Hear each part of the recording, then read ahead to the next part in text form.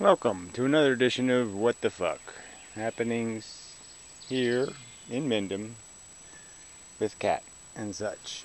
Yes, I believe this is working. Okay. Yes, I'm still going to play with it a little. Um, you know, I like it. The quality was adequate and such. So, um, anyway, so let's see what's going on in. Not much, to talk about. I think it's still just this refinement of argument. I've sort of made this argument before. There's two steps to this whole process of changing the world or trying to have a conversation with people. And see, this stuff, just constantly, there's all this stuff to do here. It does take up my time. Property's should be sold in the next couple of days, so we'll see. By the 1st, anyway. I haven't heard anything. They don't tell the tenants anything. So I've had all these little list of projects that I've had to do for, no description of exactly who's compensating me for doing it. But whatever. So we just have to call it some sort of hopefully goodwill or something. I'll get points. Anyway, don't get kicked out of my house points. Hopefully. So anyway, I have to put this wire somewhere so I can turn off the camera right here. I'll come back for it later. We'll go for a walk this way. Yeah, so the two steps to philosophy, if you're doing it seriously, is, first you have to construct arguments. Okay, that doesn't work. Camera's it's a little too long. Yeah, anyway, I have to lean when it's perfectly straight. See, it should go down. Okay, then it goes back up. Okay, tomato plants. More of them over here. Yeah. More tomato plants, and then more tomato plant. And then there's more tomato plant over here. Right, so this video is going to take forever at this rate. Two things. First, you have to construct a theory, the argument, what it's made out of in terms of the elements of the argument.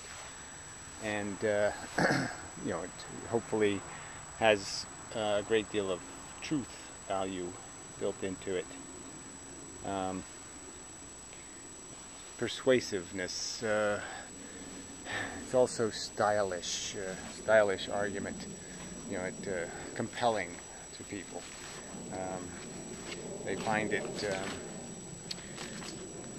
interesting enough to pay attention and to say, oh yeah, that makes sense.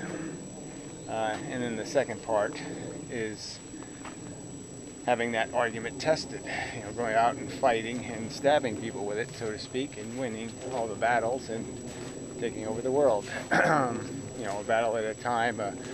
You're basically attempting to create soldiers in your quest for world domination and winning, having the right thing happen as you understand it to be.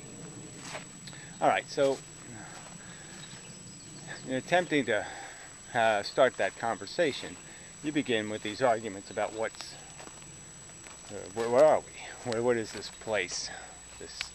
This thing being alive here? Oh, no mail. We'll check his. He's got one piece. Maybe I don't have any today. Wow, allergy. Anyway. We'll go the back way, I guess. So anyway, it gets into this determinism argument, and this argument from, are we just byproducts of a mechanical universe, and just reading a script, playing a character in the playing out of a movie, and it's sort of already in the can, so to speak. What's going to happen is going to happen, and nothing's going to change that fact. But we're all going to have to read our script. We're all going to have to play our character. And our character is going to be true to certain themes and have certain beliefs. And oh man, it's really up bad. I don't know what I walked into, but oh, I think it's going to kill me. Yeah, bad. I never had allergies. It's a whole new experience. Anyway, must have been this tree did it. The evil little tree did it. I touched that. That tree did it. Anyway, I don't know what this cat does this for. Follows, doesn't want to be where I am. It doesn't like me, but it keeps an eye on me. But he hangs out with that cat who expects attention. See, they have personalities. They're characters. And they don't switch roles. The one cat doesn't become the other cat in personality. They stay true to their personalities, generally speaking. And so do we. So, in that context, Anticontomate made another one of his just so annoying videos. Just because they're so falsely premised, as if the fact that we think something and we can think different things, in terms of I could write the script with you thinking two different things. I could write the script with you as a girl or you as a boy. I could write the script with lots of changes, but those changes don't undo determinism. You're either going to be that person or you're not going to be that person. And there won't be any surprise. I happen to be that person that thinks everything's just fine and doesn't react to the tragedy, or I'm a person who reacts to tragedies, who thinks it sucks when, say, your wife gets killed by a drunk driver. You know, he's just playing a cheap word game, in the sense that he's got to know better that you can't just keep falsely premising arguments to make arguments. You know, that you're really obligated to do a little better than that. False premise doesn't make a true argument.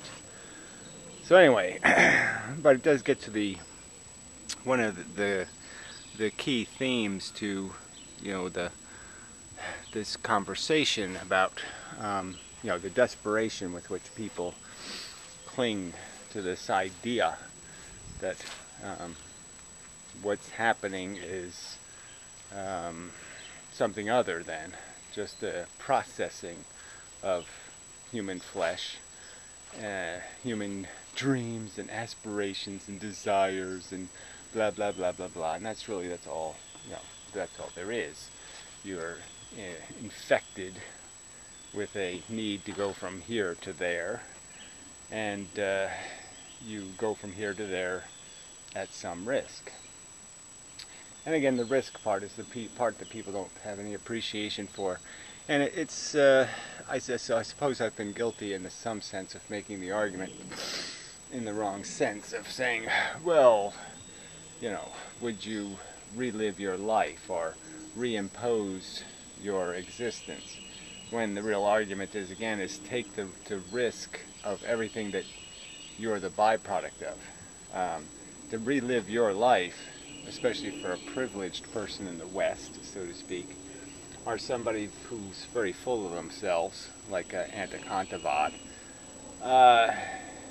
you're going to create a whole bunch of people who aren't so enlightened. You know, they didn't read all their little Nietzsche and shit, and they don't have the perspective you have. They're kind of failures, and they're going to live miserable lives, bleak and harsh, and they're not going to recover from their depression with some kind of new power philosophy, you know, that's going to enable them to say, I don't care, if I'm paralyzed tomorrow. Because I have, my brain is so big, you know, I'll just live on brain power. You know, I don't, you know, I don't need to be able to walk to the bathroom. Like I'll have somebody push me or carry me. You know, that'll be okay with me. So, anyway, it's just all horseshit. Yeah. All right. So, you know, and in Hofladay's rhetoric is also useless in the sense that I mean, useless in its detail. He premises it correctly.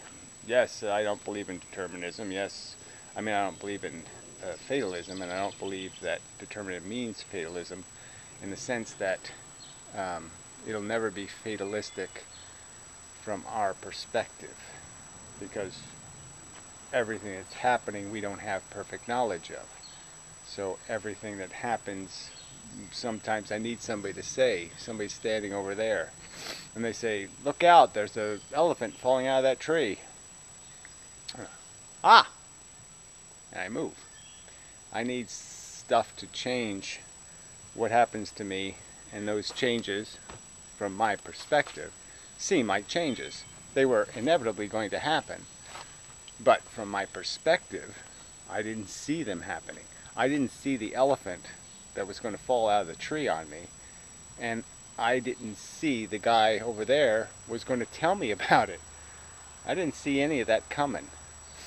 But the fact that I didn't see it coming doesn't mean it wasn't coming. Doesn't mean it wasn't going to happen exactly like that. And that's the same truth for the anticontomate who thinks, well, if I just have the right perspective, you know, an event can happen and I can think it's good or bad, and you can't somehow that isn't deterministic. Of course it is. What character you are, the guy who's a sadomasochist and decides to turn every bad thing into some kind of silver lining to bullshit, that's the character. You're reading that script. So that was just as determined as everything else. Your thoughts are complex constructions made out of an entire lifetime. I just can't getting the camera angle right. I just can't get used to the pitch having to be a little bit off. Now my nose is running. Sorry, not the best of videos, but you know, it'll have to do. Our thought processes are byproduct processes, and they're processes decades in the making. The words that come out of my mouth didn't pop into my mouth. They slowly, slowly bubbled out of my mouth over a period of literally decades. First you have to learn how to speak English. You have to learn what the words mean, and maybe your definitions, like a lot of people have silly definitions of words, like these people think chaos means complexity. That whenever something's more complex than you can understand, that means it's chaotic. They think that's how words work, that you can just fuck with them that way and make them make no sense at all. And so there's lots of people who don't even get vocabulary right. Now, there's nothing, you can't just magically make them understand the concept of the word correctly. That it has nothing to do with how complex something is. It has to do with what causes it. And whether the cause is ordered or constructed. So anyway, you know, the complete breaking of words. This cat. See if I can tilt enough to see the cat. Ooh, doesn't like tilting that much, Gary. Nope. You gotta do it correctly. Well, anyway, I'll give up on that one. I have to fix my nose. Ugh. Yeah. Anyway, all right. So this is just to get to this step one. You have to have some clarity on how you define words, and definitions and meanings. And like I said, determinism doesn't mean you can do anything and the same result happens. that certainly isn't true. And everybody should be able to agree that if I do a bunch of different things, the outcome isn't going to be the same for each, no matter what I do. I go to the war, I don't go to the war, everything turns out exactly the same. That's not going to be true. Everybody should be able to understand that. And the other part of it is understanding that we are looking at a different world than the real world, in the sense our model is a simplified version of reality. See, I have the cat is just, it's gray hair and it makes some sounds, and it has a certain kind of personality that I acknowledge certain parts of its personality. It likes to get petted. It's he's polite, generally speaking, friendly-ish, and all that kind of, but it's a kind of a simplified version of the cat. It's not the guts of the cat. I don't have an image in my head of its liver or its kidneys or other pieces or parts of it that are gooing about inside of it. So I have a very incomplete image of it. So there could be parts where if I did see that, if I could see right through the cat's skin and I could see all its organs, maybe I could see that it has cancer, and I could see things that would inform me, and I can react to the information. I could react to the reality sooner because I got the information sooner. And that's what we're doing. We're reacting, when we're informed. When somebody lets me know the elephant's going to fall out of the tree, I behave appropriately. When somebody constructs the argument that makes it possible for you to understand you're not worth it, that millions of animals die for the biosphere to exist, for the life on Earth to flourish like this and be all green and happy and blah blah blah, those little moments. Lots of birds falling out of nests, lots of horrors, chipmunks eaten by cats, lots of bad things happen to good animals. And all of that is part of your endorsement. If you endorse this silly game you're playing, that is imposing it on another generation. Again, we're not arguing that you have to kill yourself. We're arguing that logically you can't defend rolling the dice because the dice have these horrible skull and crossbones on them, and you just don't have a right to keep imposing that on victims. That poison, that cholera outbreak somewhere in the world, that horror is going to be real, and it's the real price of your advocacy that it's all okay because it made me and I'm special and I'm super and I'm cool. And that's not how it works. The universe doesn't just pop out charming, wonderful, happy things. It pops out a whole bunch of the slaughtered victims that'll go with that. So, I mean, it's as simple as arguing, the Colosseum isn't just the gladiator holding his sword in the air in victory. No, it's all the dead bodies. You got to calculate the whole cost, not just your personal share of the cost. So maybe you've lived a rather charming life, and maybe you you're playing a character that doesn't find it too offensive or burdensome. I made an apple tree graft, not doing too well. Yeah, first graft failure. Okay, another experiment I was doing. I'll have to work on that one.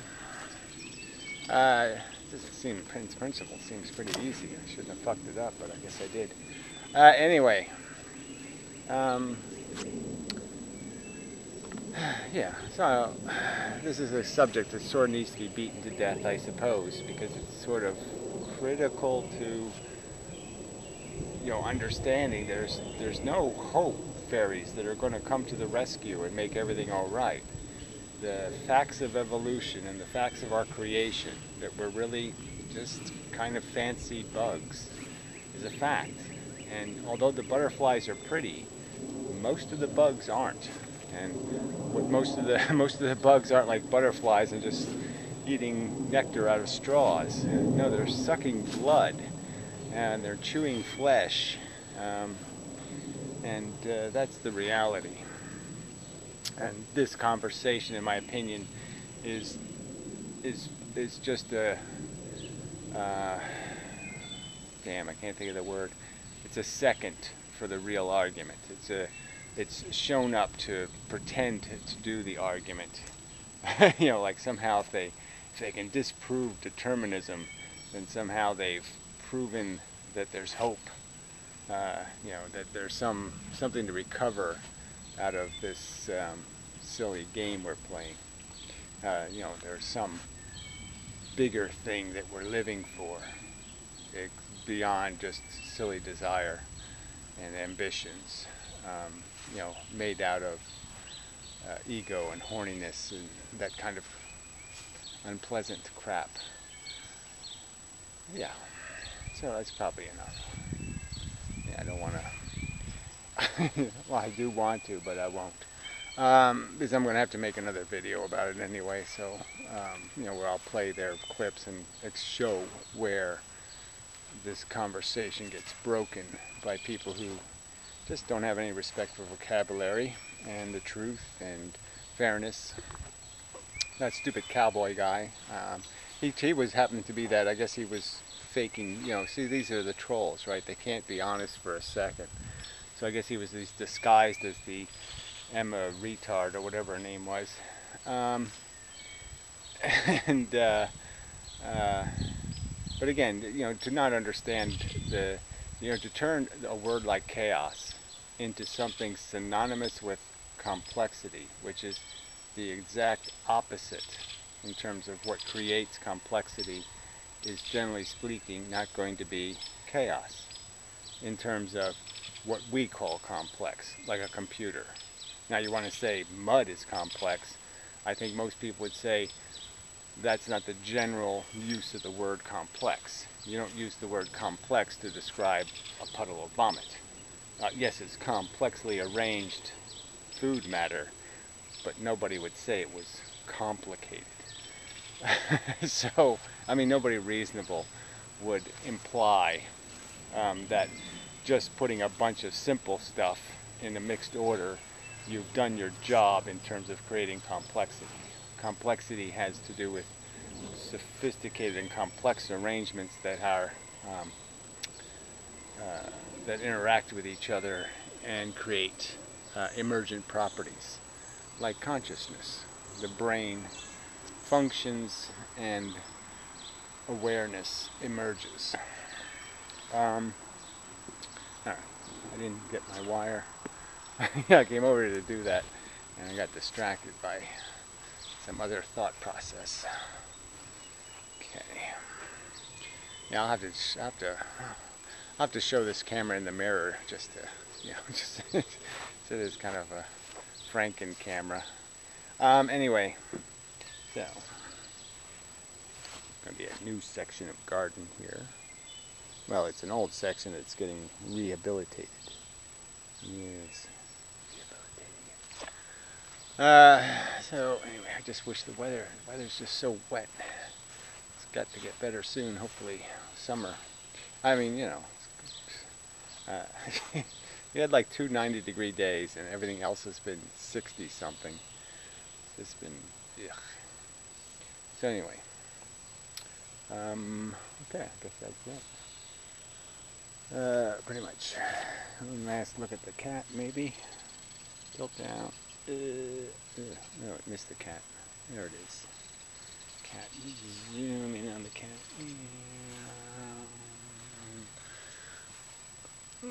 There. Too fascinating, right? No, not too fascinating. But anyway. So, until the next time when I attempt to expand this conversation, probably. Hopefully by next week I won't still be arguing determinism. Hopefully. But there isn't much after that. There really isn't. There's evolution and, oh shit, it's really expensive to make living things because a whole bunch of them have to get killed. All the defective ones and all the unlucky ones in horrible ways. And even the lucky ones end up getting killed, but you know, they tend to get lucky and not have to get killed horribly. So anyway, turning the camera for the off position thing. And so there's a last look at the garden thing, area, sitting area. Sitting area, there's 2 chairs. Theoretically, you know, I'm more of a people person than I say, maybe. They're just for me though, really. My chair and my chair. Yeah. Depends on what character I am on that particular day.